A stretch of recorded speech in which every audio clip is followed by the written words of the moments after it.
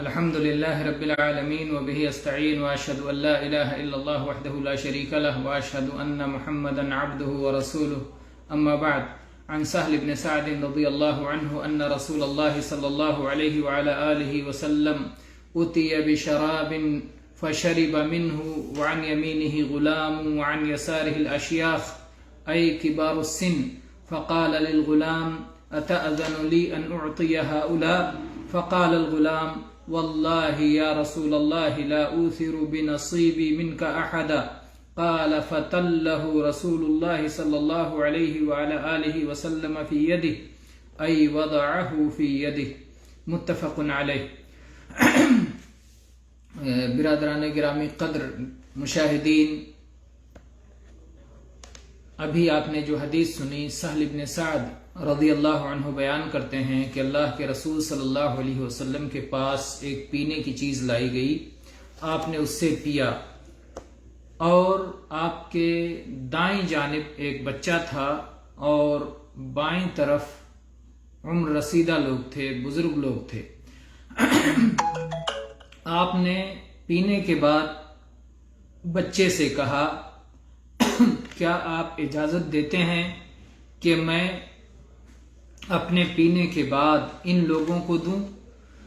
اس بچے نے کہا اللہ کی قسم ہے اللہ کے رسول، میں اپنا حصہ جو آپ کی جانب سے مل رہا ہو کسی کو نہیں دے سکتا. اللہ کے نبی صلی اللہ علیہ وسلم نے پھر اس کے ہاتھ میں پیالہ دے دیا، وہ مشروب دے دیا، وہ شربت اس بچے کو دے دیا. یہ متفق علیہ حدیث ہے. صحیح بخاری میں 5620 نمبر پر اور صحیح مسلم میں 2030 نمبر پر یہ حدیث ہے. اس میں آپ دیکھیں کہ کس طرح سے رسول اکرم صلی اللہ علیہ وسلم نے بچے کو اس کا پورا حق دیا. بڑے لوگ موجود تھے، دائیں طرف بچہ تھا، لیکن کسی چیز کی تقسیم میں دائیں سے اسے تقسیم کرنا چاہیے، جیسا کہ شریعت میں اسے پسندیدہ قرار دیا گیا ہے. اور عرب میں یہ بات معروف ہے، شعراء نے کہا بھی ہے وَكَانَ الْكَأْسُ مَجْرَاهَ الْيَمِينَ، کہ داہنے سے پیالے کو تقسیم کیا جاتا ہے. تو نبی کریم صلی اللہ علیہ وسلم نے اس بچے سے پوچھا کہ آپ کا حق ہے، لیکن اگر آپ کی اجازت ہو تو میں دوسرے کو دے دوں. تو جب بچے کو یہ احساس ہوتا ہے کہ مجھے ایک تسلیم کیا جا رہا ہے، میری اپنی ایک حیثیت ہے، میرا ایک اپنا مقام ہے اور مجھے میرا حق ملنے والا ہے، تو بچہ بھی پھر اپنے عقل و شعور کو استعمال کرتا ہے اور اپنی شخصیت کو اسی طرح سے وہ ڈیولپ کرتا ہے، آگے بڑھاتا ہے، ترقی دیتا ہے. تو اللہ کے نبی صلی اللہ علیہ وسلم نے اس کی حیثیت کو تسلیم کیا، اسے مقام دیا، اسے عزت دی. تو اس بچے نے بھی کیا شاندار جواب دیا، کہا اللہ کی قسم ہے اللہ کے رسول، آپ کی طرف سے کچھ مجھے حصہ مل رہا ہو اور پھر میں اس پر کسی کو ترجیح دے دوں، یہ ہو نہیں سکتا. اس حصے میں مجھے چاہیے، میں اور کسی کو آگے نہیں بڑھا سکتا. اہل علم نے اسی سے اور دوسرے دلائل کی بنیاد پہ مسئلہ نکالا ہے کہ جہاں خیر کا مسئلہ ہو، اس خیر میں خود کو سب سے اوپر ترجیح دینا چاہیے، اپنے اوپر دوسرے کو ترجیح نہیں دینا چاہیے.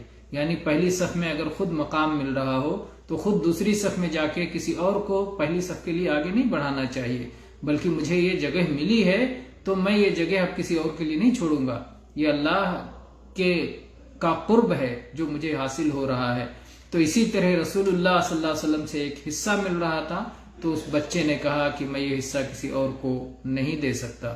تو یہ بچوں کی تربیت کا انہیں احساس ہوتا ہے کہ ان سے محبت کی جا رہی ہے، ان پہ شفقت کی جا رہی ہے، ان کو ان کا مقام دیا جا رہا ہے، ان کو احترام مل رہا ہے، تو پھر وہ اسی طرح سے معاشرے کا ایک اچھا فرد بنتے ہیں. اللہ تعالی ہمیں اپنے بچوں کی اچھی تربیت کی توفیق عطا فرمائے، اور بچے جو ہمارا مستقبل ہیں، مستقبل میں ان بچوں کو ہمارا نام روشن کرنے کا اور ہمارے لیے صدقہ جاریہ بنائے، اور مستقبل میں ہمارے لیے مرنے کے بعد بھی ان کے ذریعے سے ہمیں خیر پہنچتا رہے. ہمارے اعمال میں سلسلے میں اعمال کا سلسلہ جو منقطع ہو جاتا ہے، لیکن اگر اولاد نیک ہو اور وہ اپنے والدین کے لیے دعا کرے تو یہ سلسلہ جاری رہتا ہے۔ اللہ تعالی ہماری اولاد کو اسی طرح بنائے کہ وہ ہمارے لیے صدقہ جاریہ ثابت ہوں۔